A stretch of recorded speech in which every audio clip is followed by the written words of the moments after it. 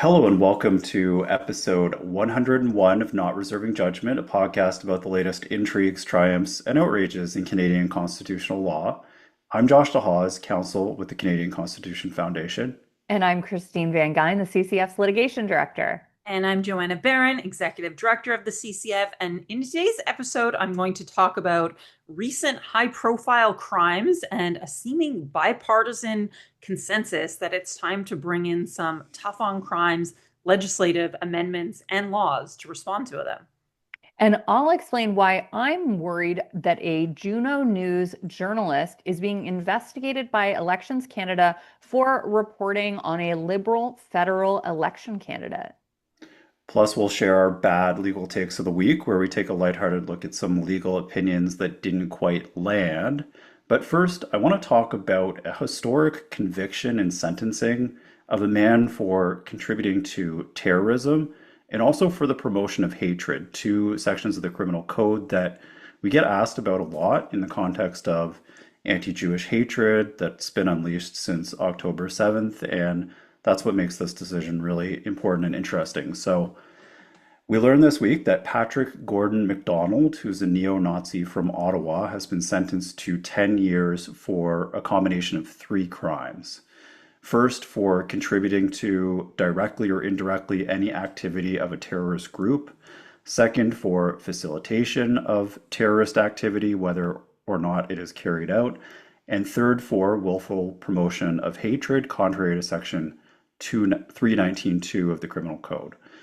So MacDonald is or was a graphic designer in his 20s, and these charges relate to the production of three recruitment videos for a listed terrorist group called Atomwaffen Division, as well as for some other images and statements made online about Jewish people. So I want to preface this by saying that this guy does seem like the worst of the worst. That should be obvious already, but despite saying that, I'm not entirely sure that the legal thresholds for hate speech in particular were met here. I know that sounds kind of surprising to say about someone I just called a neo-Nazi, but I'll get into that later. Like I said, this is a significant decision because it's not often that Section 319(2) charges get laid, particularly in relation to online posts, and it's not often that we see convictions. So this could lead to a lot more charges and a lot more convictions. Okay, so let's walk through the decision, starting with the terrorism charges. So the first conviction is under 83.181 of the Criminal Code. And this was where the finding was that MacDonald participated in or contributed to an activity of this group, Atomwaffen Division. And this was for the purpose of enhancing the ability of this terrorist group to engage in terrorism. A terrorist group is either an entity that has as one of its purposes terrorism, or it's a listed entity that's on a government list. In this case, one of the big disputes was whether Atomwaffen really was a terror group, because at the time that these videos were made, it wasn't designated. It wasn't on the list. So now it's on the list, but back then it wasn't. And as regular listeners will know, we're talking about terrorism. What we mean is a group that's committed in whole or in part to political, religious, or ideological purposes and commits acts with an intention of intimidating the public or a segment of the public with regard to their security, including economic security, or compelling a person, government, or domestic or international organization to do or refrain from doing something. So the key is that they're doing one of these acts for political, religious, or ideological purposes. And this particular provision of the code defines participating in the group as including recruiting people. So in this case, Barbara Perry, who's a sociologist and sort of the media's go-to expert on right-wing hate, was fairly essential to the case because the Crown relied on her expert opinion to establish that, yes, this was a terrorist group. Some of the signs that they were a terrorist group were that they are inspired by Hitler, and they allege a global cabal of Jewish interests intent on gaining and holding control of key institutions, including media, government, and finance. Where have I heard that before? It's pretty much the classic anti-Semitic trope. And according to Perry, this group encourages members to train and prepare for an upcoming race war and commit lone wolf acts of terror. And she made some factual errors in her evidence, like she got some important dates wrong, and she said the Quebec City mosque shooting happened in Montreal and things like that. But the judge said, no, too bad, we're going to accept her expert evidence anyway. There's other evidence in the case, like a pamphlet that was found in the accused's residence that explained that Adam Waffen was an ideological vanguard for the Nazi movement, and again talked about these lone wolf attacks. It also says all kinds of other nasty things, and if you want to be a member, you can't have any Jewish blood, have a non-white spouse, and you have to read Mein Kampf. So pretty clear what this group is about. So on to the videos. So in these videos, they say things like, we're calling on all who are willing to descend like a howling wolf on the frail fold and rend limb from limb those without the stomach to fight. And it references freeing society from the ashes of then it uses a slur for Jewish people system so that a new world order can emerge. It goes on and on like that. So pretty clear these are nasty people. And yeah, they're dancing around in Nazi uniforms. They have automatic weapons in the videos, and they're burning flags, which is important to the hate crime conviction. So they're also not very smart. Like, they leave a trail of digital breadcrumbs, including the metadata that's used to film their videos, which is traced to this person's Fuji camera in his basement, and their cell phone is pinging off towers where they're recording these videos. One was recorded in Belleville, Ontario, another in Quebec. And so he's found guilty of contributing to the activity of the terrorist group for these recruitment videos. The next count is facilitation. The facts are pretty similar here, and facilitation is described as making it easier to commit acts of terror. So he's found guilty on that too. And then there's the 319-2 conviction, so the hate crime promotion. And this is the famous section from the Keekstra decision, which was upheld by the Supreme Court in 1990, saying that yes, despite your free speech, you can go to jail for hate speech. So importantly here, the defense tried to say that Section 319-2 doesn't criminalize statements made in private conversation. That's what it says. It says other than in private conversation. And so these statements, which were made online, were not made in public, and therefore 319-2 doesn't apply. Here, the judge simply responds to that, I disagree. So I want to pause here because this is really significant to me. You don't tend to see charges for willful promotion of hatred for things that people post in online videos, except for in Quebec, where there's been a few cases where these charges have been laid for, Facebook postings, things like that, and convictions have been found. But normally outside of Quebec, you don't see charges for online speech. And if we're going to start, convicting people for online hate speech and saying that online is a public place, I think we could see, a flood of potential willful promotion of hatred charges. So that's really important. But the judge literally just says, I disagree with this argument that it doesn't count. So we don't get much analysis on this really important point. The analysis on why this meets the legal definition of hatred is also a little bit thin, in my opinion. So on the one hand, I think it's pretty obvious that these people, hate Jews and that they're dangerous people, and that their terrorism charges are warranted, and the conviction there makes sense. But as we know, hatred is supposed to be the most extreme manifestations of the emotion described by the words detestation and vilification. And I'm not sure that the judge really justifies that here. His justification is that they, in one of the videos, burn an Israeli flag as well as a US flag and European Union flags. So yes, burning a European Union flag is apparently pointing towards hatred. And also that they promoted a revolution that would bring about the ashes of the Jewish system, and taken together with the use of Nazi symbols and burning of religious texts and wearing battle fatigues with their automatic weapons, he says promotes the use of violence against Jewish people and is hatred, therefore, against Jewish people. He doesn't get into any of the hallmarks of hatred that were often told me to look for, although the mention of the Jewish system might be one of them. It might be the hallmark of hatred of carrying out secret conspiracies to gain global control. So honestly, I think in one sense it's kind of obvious that this guy is a cretin and that he deserves some prison time, but I'm not entirely convinced that the requirements for 319(2) of the criminal code, hate speech, were met. But either way, I think it's a really important case because it shows that a lot of the people that are committing not just the pro-Nazi far right speech, but also the pro-Hamas or pro-Hezbollah speech and recruitment might end up facing charges now because of this decision. So I guess we'll find out what happens next, but really interesting case. Joanne, I guess I'll start with you. I know you haven't had a chance to read it, but based on what you've heard, what do you think about these convictions?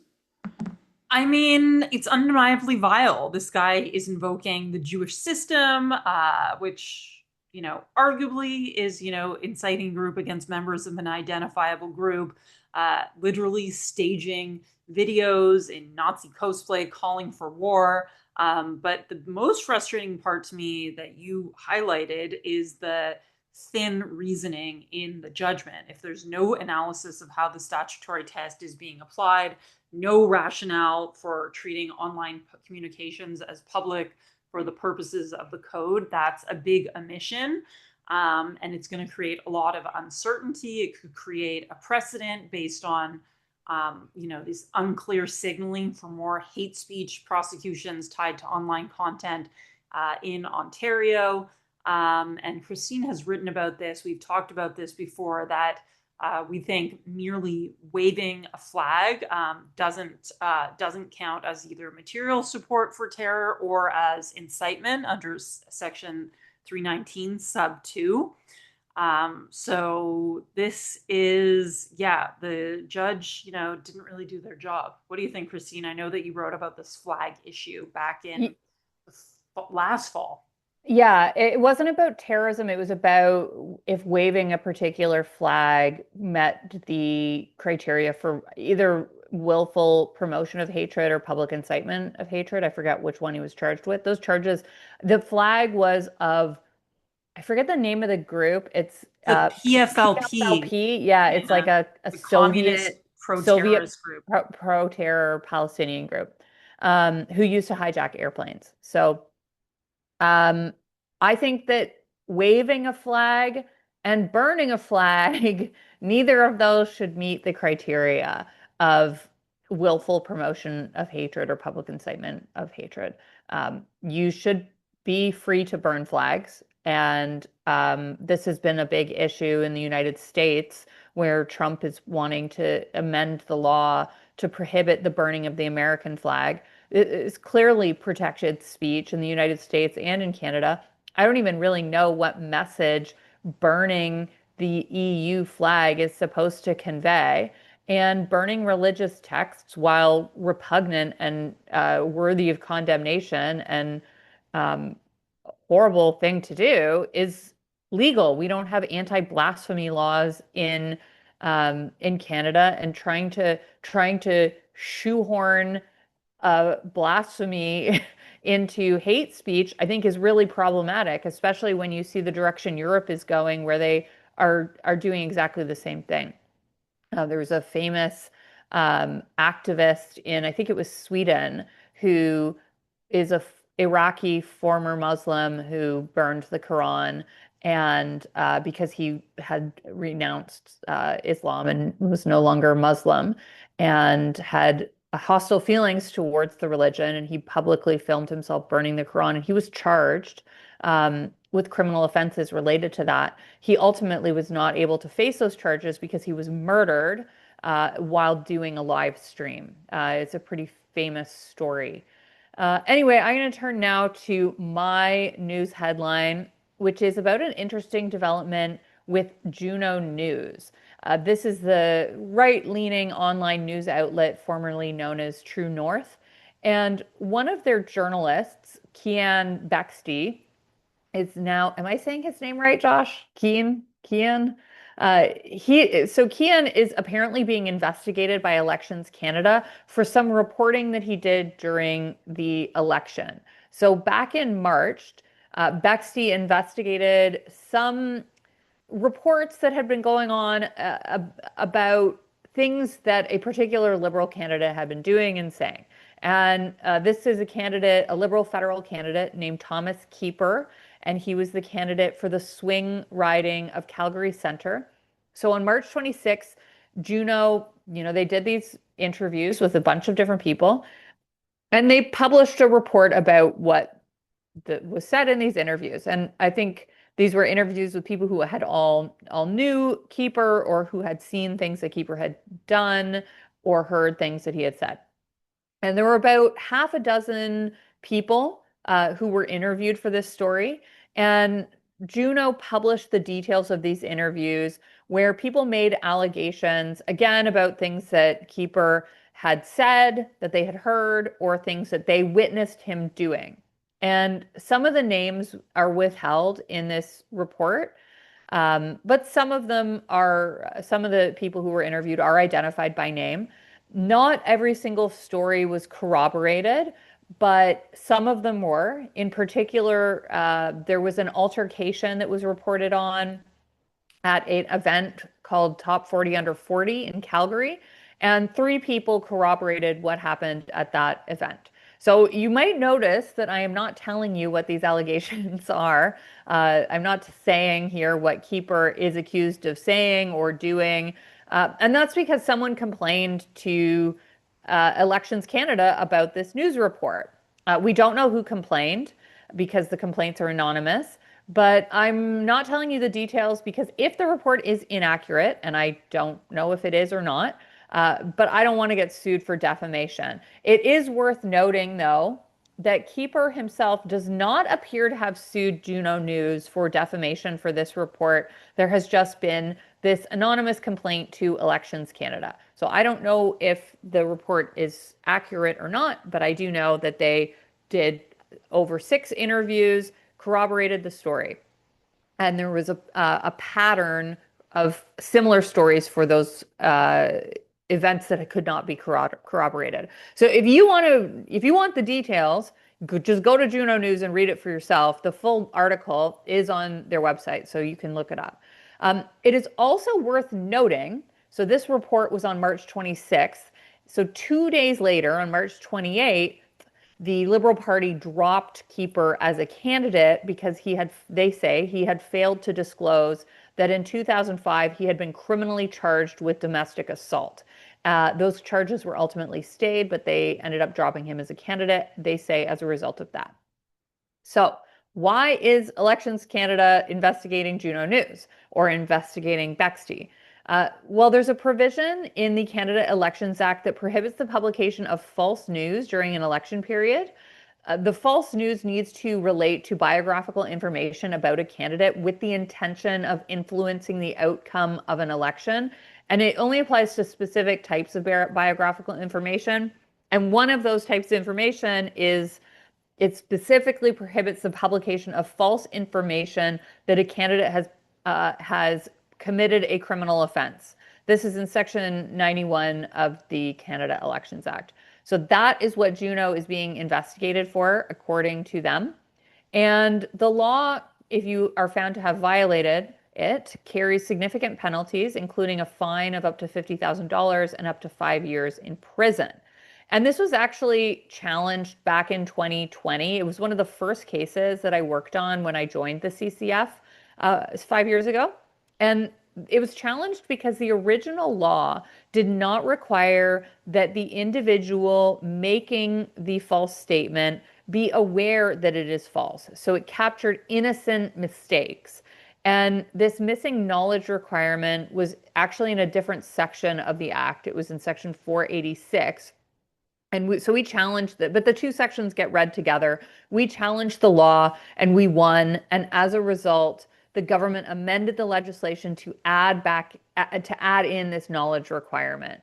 So the law, Section 91, now only would apply if Juno knowingly published this information knowing that it was false. And I just don't know how they could possibly make it out here.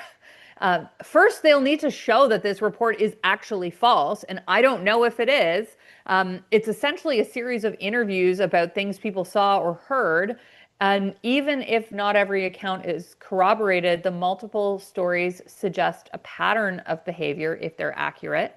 And in my view, that weighs in favor of publication being in the public interest. So another factor to consider here is, Juno gave this candidate keeper an opportunity to respond. It gave his wife an opportunity to respond because she had been implicated in some of the allegations that were reported on by Juno. And it's very clear in Juno's report that these are allegations. It doesn't say that he did anything for sure. It says people. It just is accounting these interviews of other people. And I think that given all of this, the reporting meets the responsible communication standard, which is an ethical standard that journalists comply with. But even if you think it doesn't, meeting the ethical communication standard is not like a criminal law requirement. Even if you think that there wasn't enough corroboration, or if the story, it wasn't in the public interest, this still isn't a criminal offense. Reporting, even if it is not perfect reporting, should not be targeted by an agency of the government for a sanction the way this is. It's being investigated right now. There isn't a charge or anything, but the fact that there is an investigation at all shows really big problems with the law and with selective enforcement by Elections Canada. It feels a lot like this is a weaponization of the law by some member of the public who we don't know who it is, who didn't like the reporting, and they want to stop reporting like it. And I'm concerned that if that is the direction we're heading in, it is going to lead to a chill in journalism in the future. And that's something we should all be really concerned about. So I have tweeted about this because I find it really repugnant. And I'm going to be watching to see if the investigation proceeds any further, because I just don't know how they can possibly show that the reporting violated the act. That said, even if they don't charge, the fact that there's an investigation is punitive. I know that Juno has retained counsel for this, so they have costs associated with defending their reporting from this investigation. It's going to lead to the similar actions, I assume, by other news outlets. And it's one of those situations where the process becomes the punishment. And the punishment here is still available, this 5 years in prison and $50,000 penalty if the Elections Canada decides to proceed. I mean, absolutely disgusting that this is happening. Josh, you worked in journalism. What's your take on the responsible communication standard and sort of criminalizing journalism? Well, I'm really glad that you noticed this story, Christine, because I do think it's a big deal that Elections Canada is going after this particular person for this particular report, because journalism is what they teach you in journalism school, is that all it is a process. It's a set of standards. It's a set of things you do to try and verify information, right? Because everything starts out usually as a tip or a rumor. And, we love to talk about rumors ourselves. We hear them all the time. But you have to go and say, okay, what are the ways that I could potentially verify this? Can I get a video? Can I get corroboration from a second person? Is there a police report? And journalists love to rely on police, right? Is there some kind of court document? You just go through the steps and you try to get disinterested people to verify what was said. Like, I looked at this report and I thought there are certain, quotes that I wouldn't have used myself. At least one quote anyway, that I think was over the top and made the story look more like it was an attack than it would otherwise have looked. But in general, I don't think there's anything wrong with reporting these types of allegations. And if you hadn't reported those allegations and they came to you, that might be just as irresponsible as reporting them. And I was watching CNN last night, and they had a story that was very much about something similar. There was an event, and a person in the Trump administration was accused of, physically threatening another person in the Trump administration. And the story just says, sources, this person threatened this person at an event. It's very similar type of stuff, and CTV does it, the newspapers do it. This might have been a little thin compared to their standards, but as long as you're walking through those steps of responsible journalism and responsible communication, you're allowed legally to even get stuff wrong, right? So I'm pretty concerned to see this, and maybe there's facts that we don't know, but based on what we know at this point, I think it's disturbing to see. Joanna, Joanne? what about you? I think the facts, as we know them right now, don't line up with the law. So, as you mentioned, Section 91 is meant to prevent malicious disinformation, fabrications of facts, like inventing a criminal record. And there's no evidence that I've seen that Juno fabricated anything they published based on multiple sources, some corroborated. And furthermore, like the criminal law is a very bad tool for this, right? Like this is what civil defamation suits are for. Not that I'm encouraging someone to sue Juno, but I think particularly bringing in the specter of criminal prosecutions just really exacerbates the chilling effect. Yeah, it's a crazy story. And Yeah, if you don't like the story, complain to Elections Canada and let the process itself become the punishment, right? yeah. Okay, let's take our break and then we'll come back with Joanna's headline.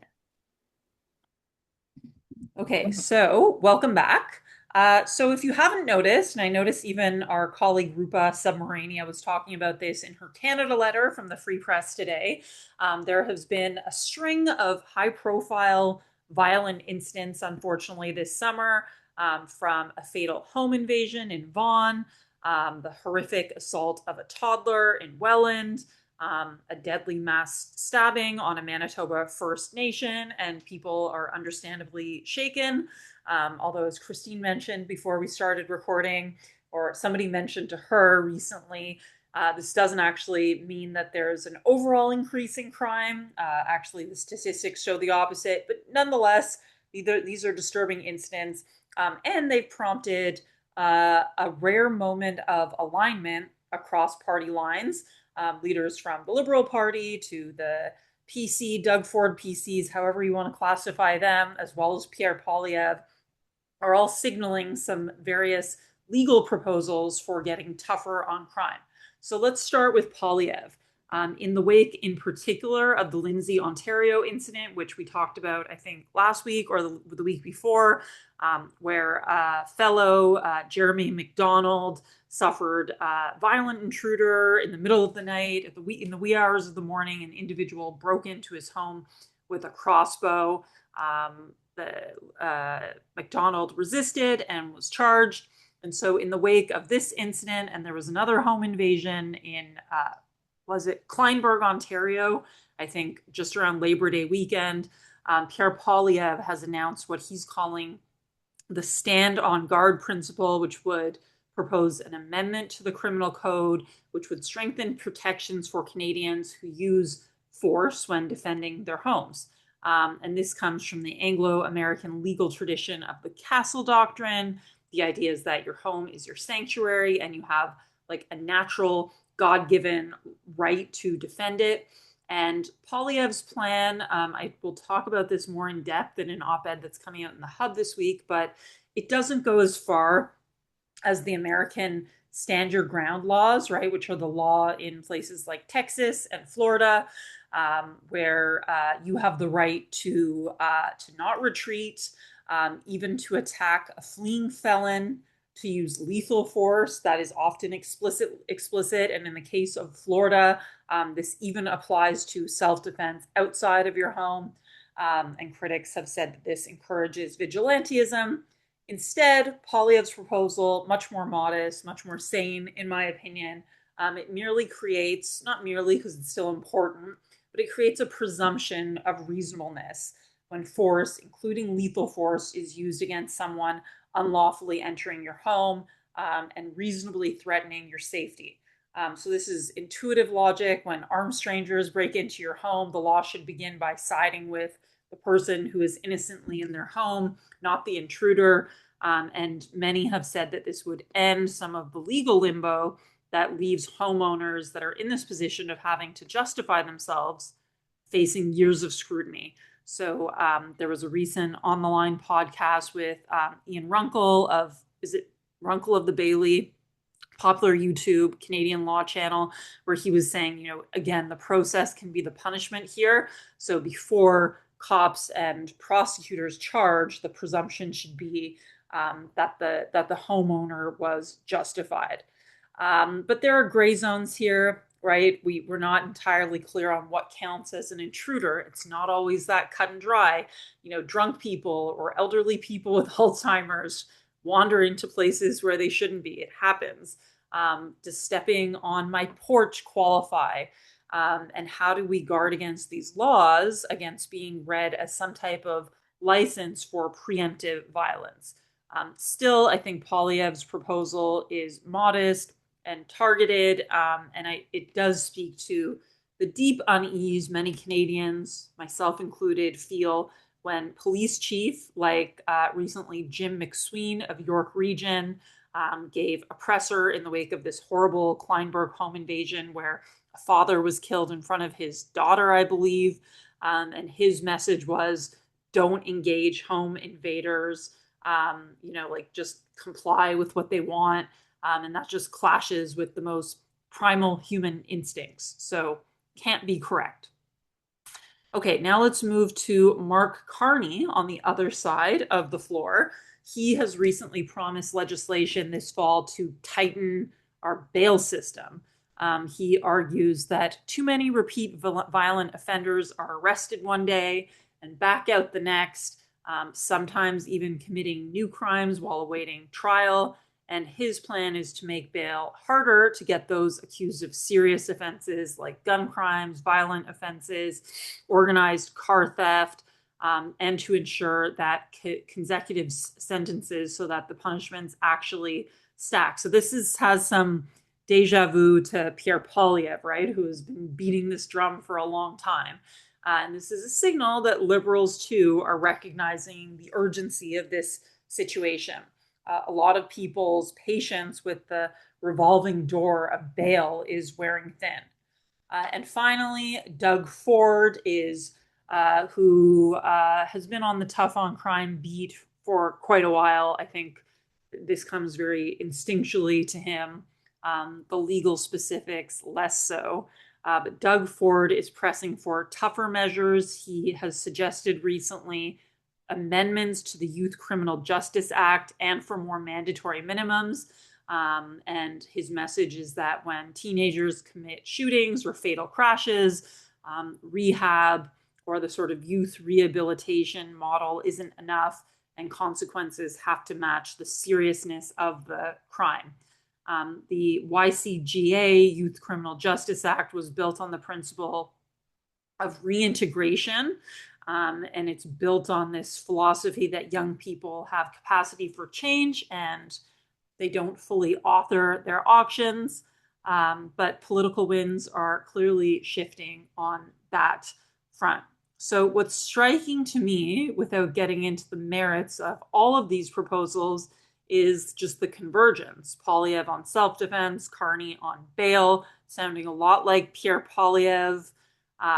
If Pierre Poilievre worked at Goldman Sachs, I suppose, Ford on youth crime. So it seems like currently the political center of gravity in Canada is moving towards a consensus on crime, and fewer people seem to be publicly defending the status quo.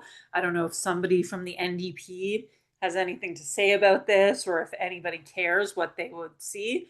And the question, of course, is whether this consensus will yield reforms that both reassure us and uphold the constitutional values of fairness and proportionality. I think particularly the youth criminal justice question is tough. There's no question that if a youth commits, a violent crime, they should have serious consequences and they shouldn't just be like sent to therapy for it. But I also think youths should be, treated in their own system, and they do have special considerations. So that's the landscape as we're heading back into the fall season. The public wants action, and it sounds like politicians are promising it. Josh, let me throw to you. Do you see this as a genuine consensus forming, or is it just a case of a short-term media frenzy and political leaders competing to look like the toughest guy in the short term? I think there's a consensus that something needs to happen. I think that's genuine. I think that like the federal Liberal Party didn't really, it was a blind spot for them until recently. And now I think that they're seeing that people are talking about this. And, you can say, oh, crime is up or crime is down, or it doesn't really matter if that's not what people perceive. And I also don't really believe when I hear those statistics because there's a lot of crimes where people are just no longer calling the police. And when you say crime is up or down, which crimes are we talking about? Violent crimes, gang crimes, property crimes, they're all going up and down in different proportions. So there really is a perception out there that crime is up. And I personally think that that's real and that we need to do something about it. One of the more surprising things I saw this week was the comments on the Youth Criminal Justice Act, because when you talk to actual defense counsel or crowns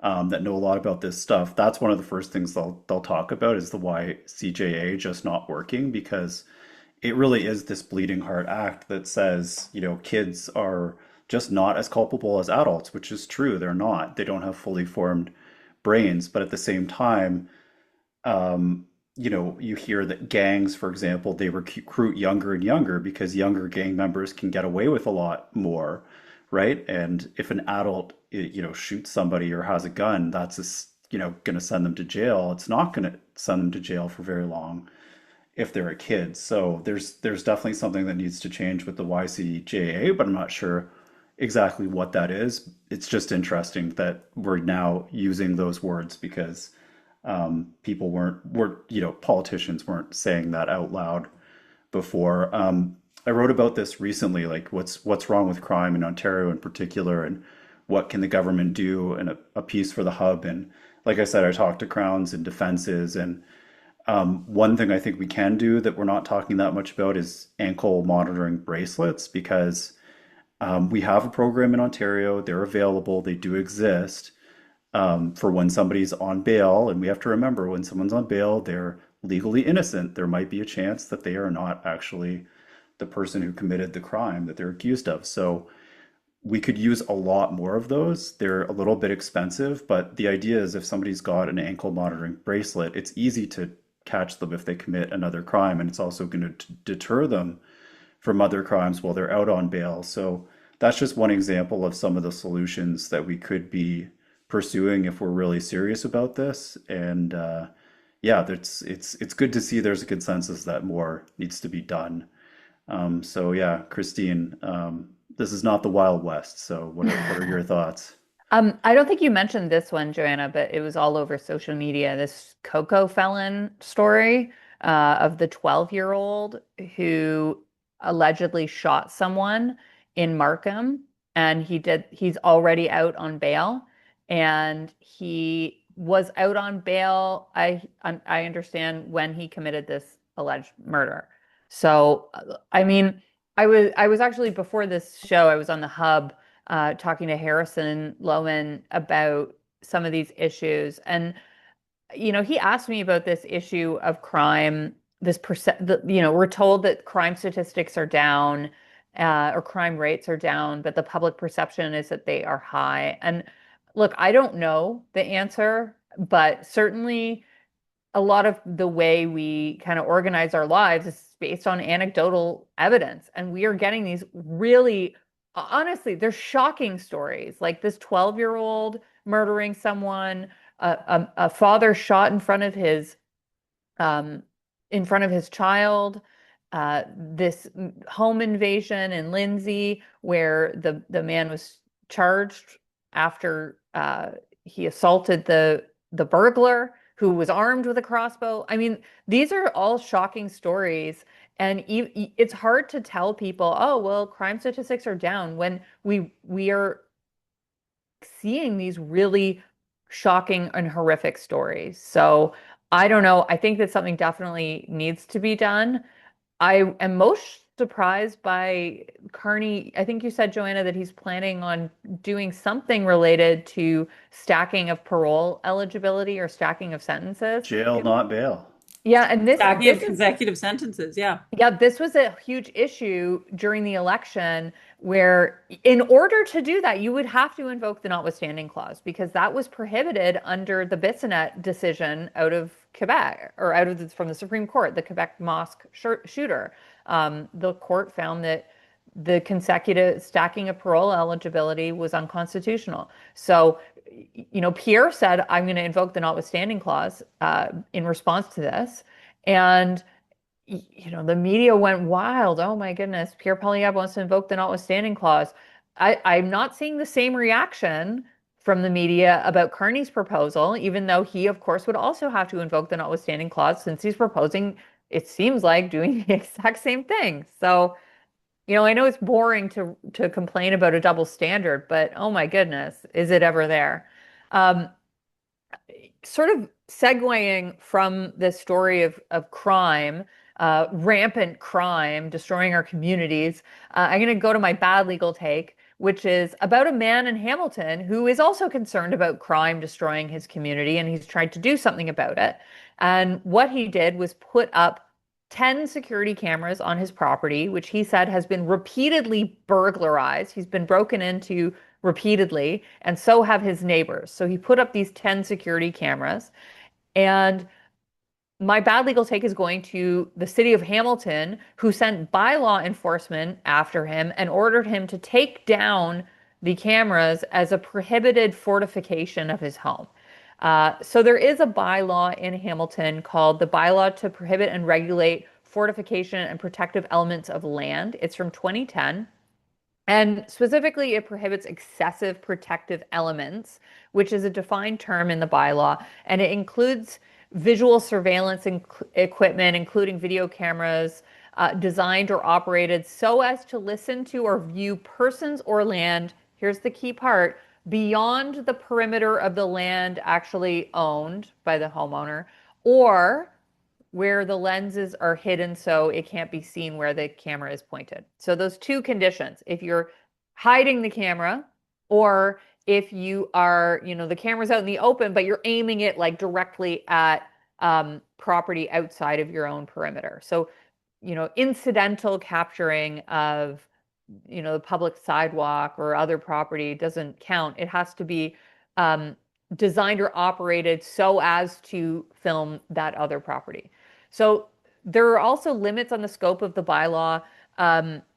It doesn't prohibit the use of commercially available security devices as long as those devices are used to provide reasonable fortification and protection from theft or other criminal activity, as long as they are not doing those other prohibited things, like filming your neighbor's bedroom window or being a hidden camera.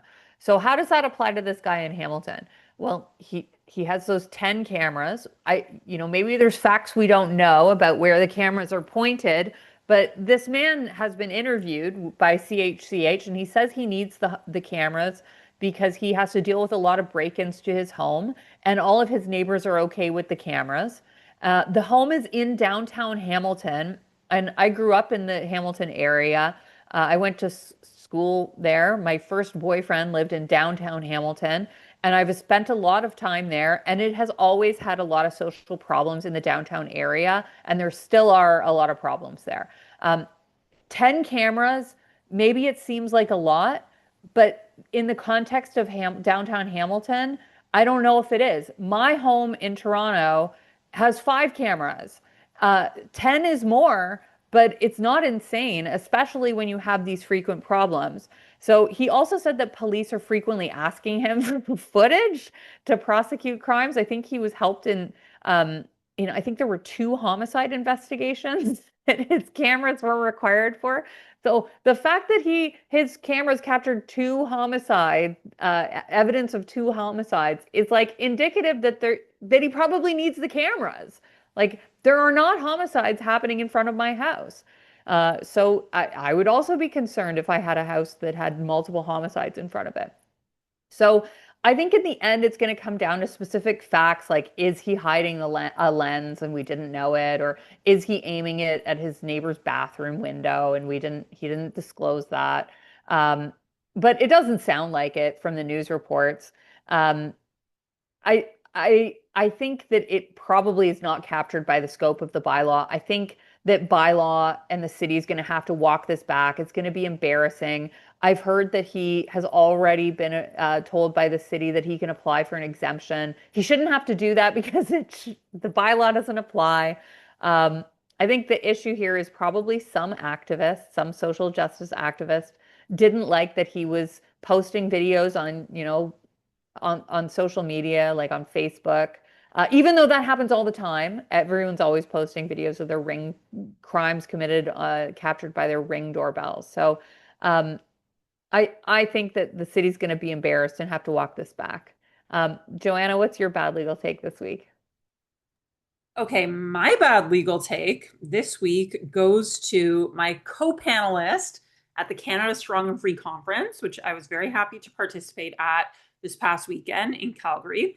I was on a panel with John Weston, who's a former MP and consultant in Vancouver, and Keith Wilson, King's Counsel. Now, Keith is one of Alberta's more prominent lawyers, and he's a longtime advocate for provincial autonomy. But he's also drifted quite clearly and definitively into the pro-Alberta secession camp. We were on a panel called Guardians of Liberty. I was moderator, and I put a simple question to him after he'd made what he sees as the case for independence. And my question was, why give up entirely on Canada when Alberta has been winning important cases within the framework of federalism? For example, the Supreme Court striking down of the Impact Assessment Act, which was a huge win for Alberta, although they're challenging it again, and for federalism itself. And Keith gave a memorable answer that got applause from the front row of the audience, who were passionate, I take it, secessionists. And to paraphrase only slightly, he said, "You shouldn't have to complain to the principal after a bully punches you in the face." Now, I respect Keith's passion for Alberta. I love Alberta as well. I think they currently are getting poor treatment from Ottawa. But let's be clear, that is not how political community works. Asking why did we have to go to the Supreme Court in the first place? Living in a constitutional federation means that there will be push and pull. Provinces will assert jurisdiction. Ottawa will sometimes, or in the case of the Liberal government, frequently overreach, and courts will hopefully appropriately draw lines. So complaining, negotiating, and litigating, that is the process of living together in political community. For Keith to imagine that an independent Alberta would somehow escape these types of fights is pure fantasy, is purely quixotic. A sovereign Alberta would not be a politics-free paradise. It would clearly face its own deeply contested questions about resource management, climate policy, jurisdictional conflicts, relations with First Nations. Like these problems are not just going to go away. They just be fought on a different stage and perhaps on somewhat different terms. The hard truth is that political life means disagreement, and federalism, as well as the Constitution, give us a structure to manage it. So throwing up your hands and saying, the bully keeps punching, I want out of the game, misses the point. In a constitutional democracy, contestation is the point. So with the greatest respect to Keith Wilson, secession as a cure-all is my bad legal take of the week. All right, my bad legal take this week goes to Tyler Meredith, who is a former bigwig in the last Liberal government working for Freeland, Morneau, and Prime Minister Trudeau himself. I think this is not his first bad legal take that he's given. It's going to require a little bit of background just to explain, but Eric Lombardi, who's a local liberal who lives in my neck of the woods, tweeted about this new report that came out assessing why Bonnie Crombie lost the last provincial election in Ontario here against Doug Ford. And a lot of people are panning this report because it doesn't really offer much self-reflection on why the Ontario Liberal Party lost that election. And so Eric tweeted out that, one of the hard truths that they should consider dealing with is the fact that you can't pay in Ontario to get an MRI or a CT scan to get off the list and get diagnosed. You can do this in some other provinces, but in Ontario, you can't just go and get an MRI that you need, even if you're being forced to wait a huge amount of time. You have to go to Buffalo or Quebec. So Meredith was very offended by this. He said on Twitter, "This is not the Ontario Liberal Party. If you want this, find another party." So he gets into a little fight with Eric Lombardi about this, and I respond and say, it's a matter of time before the dam breaks and provincial governments start to allow private payment for things like MRIs and CT scans alongside a strengthened public system. And if the Liberal Party of Ontario stakes out this ground, that might give people a reason to vote for him. So Tyler is a little bit offended by this. He says, "It's good to know that you are actively undermining a federal law that has been consistently upheld on review, and that you think you should pay with a credit card for healthcare." So I responded to this, and I said that the way that Ottawa has interpreted the Canada Health Act but might violate the rights to life and security of the person. And I do think people should have the option of paying when the government is risking their life or forcing them to live in pain. And I said, we know some Liberal politicians agree with this because they've done that for decades. Many, many examples of not just Liberals, but politicians of all stripes hypocritically going to the US for care when they don't want to wait for their CT scan or their MRI. So then he tweets back to me, it's been upheld by the courts. It's not the way that Ottawa has interpreted the Canada Health Act. So this is such a bad legal take because I don't think that the Canada Health Act has been particularly interpreted by the Supreme Court at all. There was the CHCH case, which said that Quebec laws blocking private insurance and private care were unconstitutional in that case because of the Quebec Charter, although they didn't fully decide the question on the Canadian Charter. And in British Columbia, in the Canby case, they found that life and security of the person were engaged. One judge on the life question and 3 on the security of the person question. They just decided that the system could be upheld anyway. So it's also worth noting that the Canada Health Act, depending on how you interpret it, doesn't even forbid private healthcare payments. That's just an interpretation of it.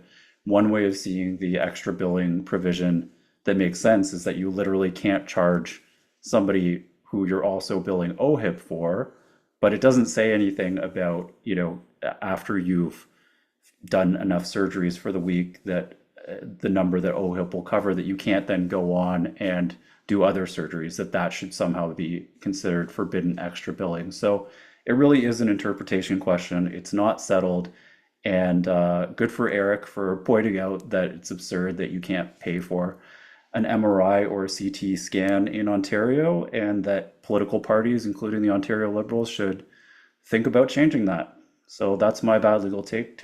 Goes to Tyler Meredith, and that's the end of the show. If you haven't already, rate us, review us, and subscribe. And you can subscribe to our YouTube channel to get videos from Christine. If you haven't already, go to our website and sign up for our Freedom Update newsletter to get our weekly newsletter from our colleague Jess. And the CCF is a nonpartisan legal charity funded by your donations. So please do go to our website and donate if you can. Thanks for listening.